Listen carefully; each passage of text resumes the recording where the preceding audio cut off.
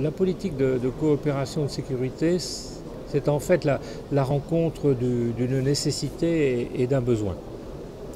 Un besoin parce que les Français veulent une sécurité de proximité, a fortiori, comme je disais, quand on est un pays vieillissant. Et donc ça suppose une mobilisation de tous les acteurs, car qui dit sécurité de proximité dit sécurité sous tous ses aspects.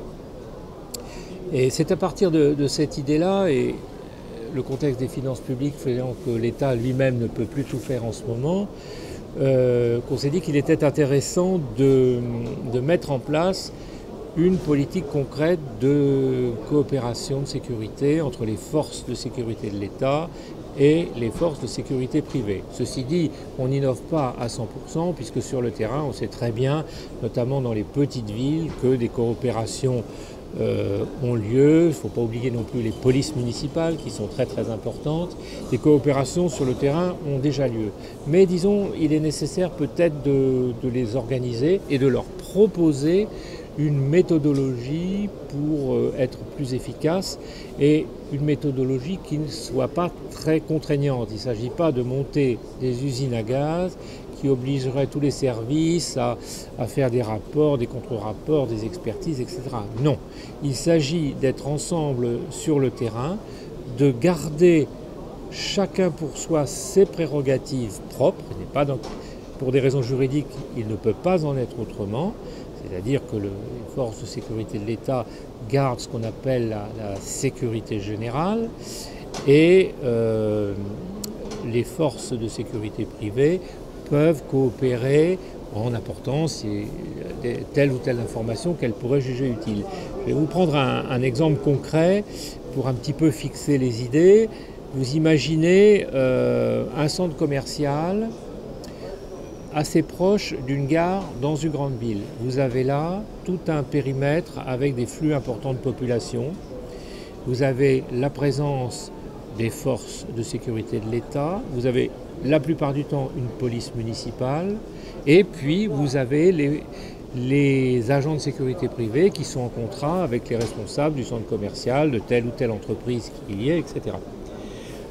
Tous ces gens détiennent des informations qu'ils peuvent être utiles aux autres. Et il s'agit de façon très pragmatique que toute cette information puisse être sur le terrain source de facilitation pour les uns et pour les autres.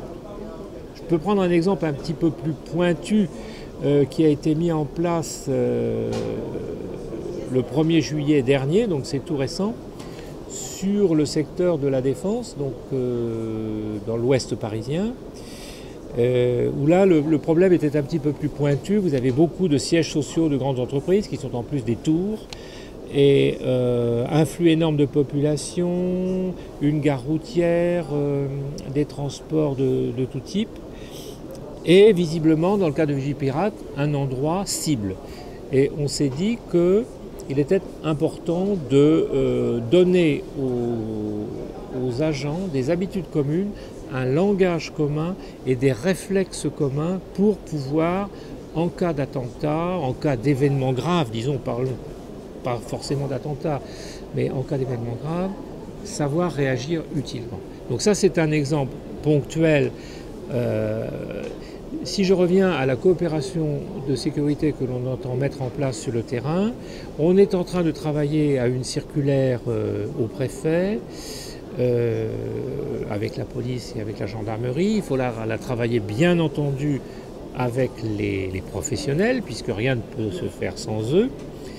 Et on espère pouvoir déboucher avant la fin de l'année sur un texte. Voilà.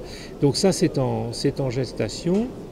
Ça ne dispense pas dans l'intervalle que les coopérations qui existent déjà se continuent.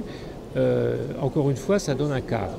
Ça ne va pas donner une obligation quantitative au préfet de faire X conventions dans un délai, etc. Il s'agit de donner un outil, et au bout d'un an d'expérience, on pourra avoir le retour et voir s'il faut adapter, comment sur le terrain les choses se seront déroulées, et quel nombre d'agents de sécurité privée auront été concernés par ces nouvelles dispositions.